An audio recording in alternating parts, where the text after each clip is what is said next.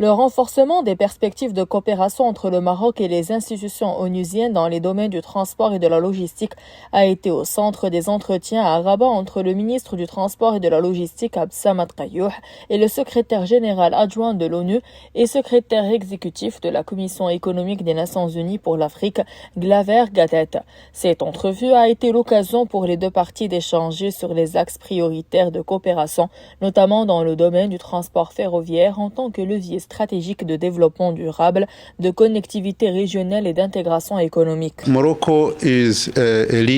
Je saisis cette occasion pour saluer les progrès notables réalisés dans divers domaines par le Royaume, un pays leader sur le continent africain. Le Maroc est l'un des grands producteurs mondiaux de phosphate et dispose d'un atout stratégique lui permettant d'approvisionner l'ensemble du continent en engrais et de contribuer ainsi à la sécurité alimentaire de l'Afrique.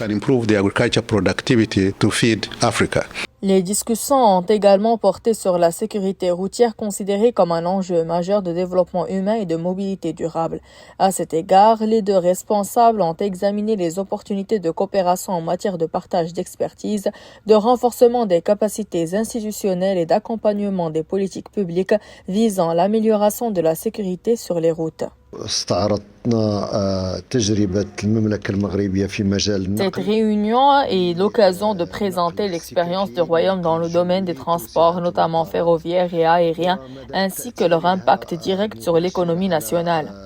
La politique du Royaume dans ce domaine vise à accroître la capacité des aéroports, qui passera de 34 millions de passagers actuellement à 80 millions à l'horizon 2030.